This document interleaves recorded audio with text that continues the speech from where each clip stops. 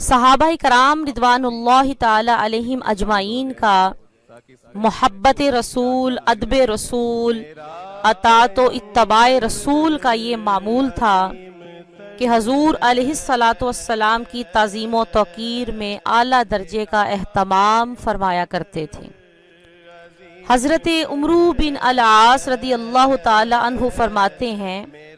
میری نظروں میں کوئی شخصیت رسول کریم صلی اللہ تعالی علیہ وآلہ وسلم سے زیادہ محبوب نہ تھی،